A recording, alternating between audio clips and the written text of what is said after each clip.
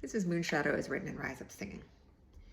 Oh, I'm being followed by a moonshadow, moonshadow, moonshadow.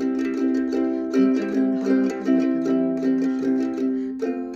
moonshadow, moonshadow, moonshadow. If I ever lose my hand, lose my love, lose my land. If I ever lose my hand, I won't have to work alone.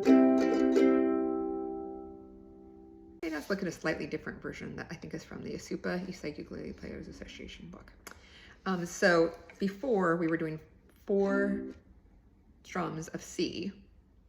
Here we're going to do 2 strums of C, then an F, then a C. So I'm being followed by a moonshadow. Okay.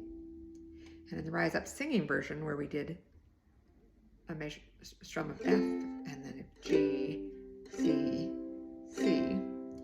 Here instead we're going to do F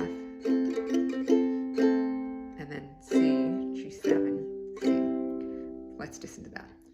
Oh, I'm being followed by a moonshadow, moonshadow, moonshadow. Just jazzes it up a little bit more. Either one is totally fine. They're compatible with each other if you've got a couple of you playing together, but it's just a way to shake it up a little bit.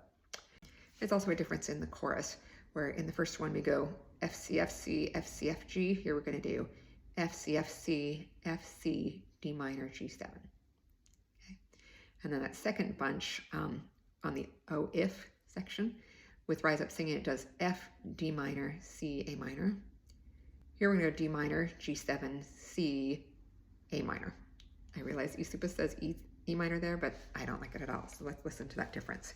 So it's the O if is the part 1. So G7, D minor, G7, C, E minor versus D minor.